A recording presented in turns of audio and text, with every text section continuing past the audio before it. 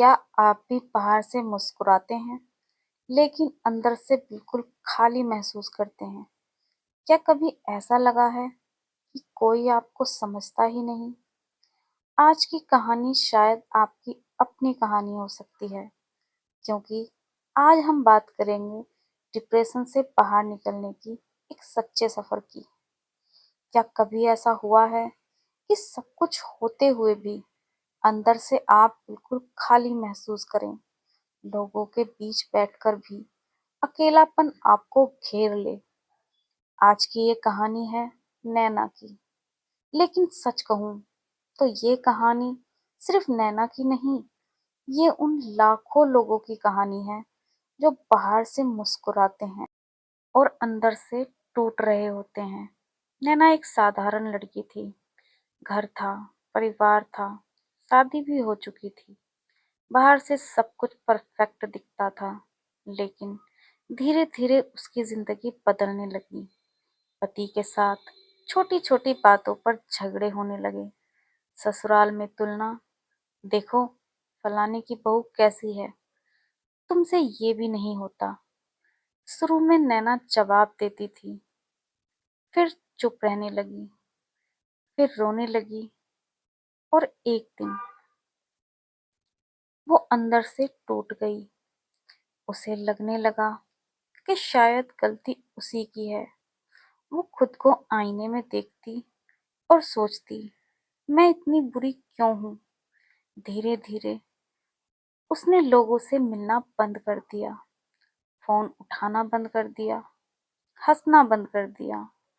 उसे नींद नहीं आती थी, खाना अच्छा नहीं लगता था, और सबसे खतरनाक बात, उसे अपनी जिंदगी बेकार लगने लगी थी। ये डिप्रेशन था, लेकिन उसे खुद नहीं पता था कि ये डिप्रेशन है।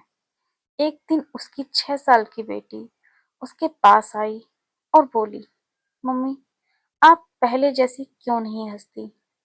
बस वही पल था। नैना को एहसास हुआ कि वो सिर्फ खुद के लिए नहीं जी रही, कोई है जो उसकी मुस्कान पर जीता है। उसने उसी दिन फैसला किया, मैं हार नहीं मानूंगी। पर क्या डिप्रेशन से निकलना इतना आसान होता है? नहीं। अगले दिन भी वो टूटी हुई थी, अगले हफ्ते भी रोई, लेकिन उसने एक छोटा कदम उठाया। उसने अपनी एक पुरानी दोस्त को फोन किया, सिर्फ इतना कहा, मुझे अच्छा नहीं लग रहा, क्या तुम मुझसे बात करोगी? दोस्त ने सिर्फ सुना, सलाह नहीं दी, जज नहीं किया, बस सुना। और कभी कभी सिर्फ सुना जाना ही इलाज की शुरुआत होता है।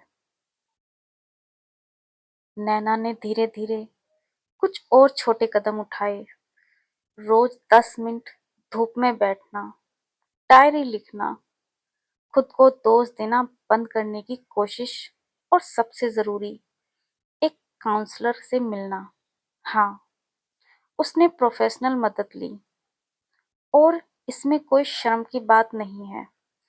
डिप्रेशन कमजोरी नहीं है, ये एक मानसिक स्थिति है जिसका इलाज होता है। 3 महीने लगे, फिर 6 महीने।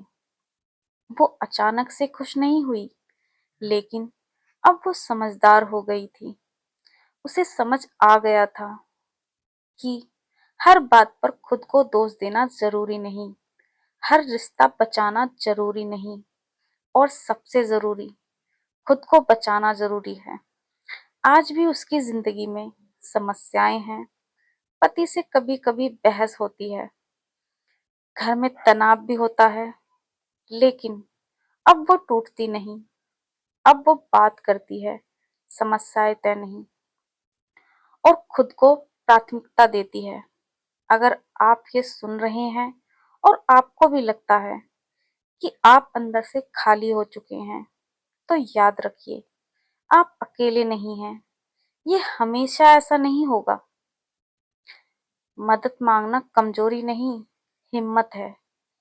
किसी एक भरोसेमंद इंसान को फोन कीजिए, अगर जरूरत हो तो काउंसलर से मिलिए, छोटे छोटे कदम उठाइए। डिप्रेशन एक अंधेरा कमरा है, लेकिन दरवाजा अंदर से ही खुलता है और आप में वो ताकत है। अगर इस कहानी में आपको अपनी झलक दिखी तो खुद से वादा कीजिए, आप हार नहीं मानोगे। आपकी जिंदगी की कहानी अभी खत्म नहीं हुई है, ये सिर्फ एक अध्याय है और हर अंधेरी रात के बाद सुबह जरूर आती है।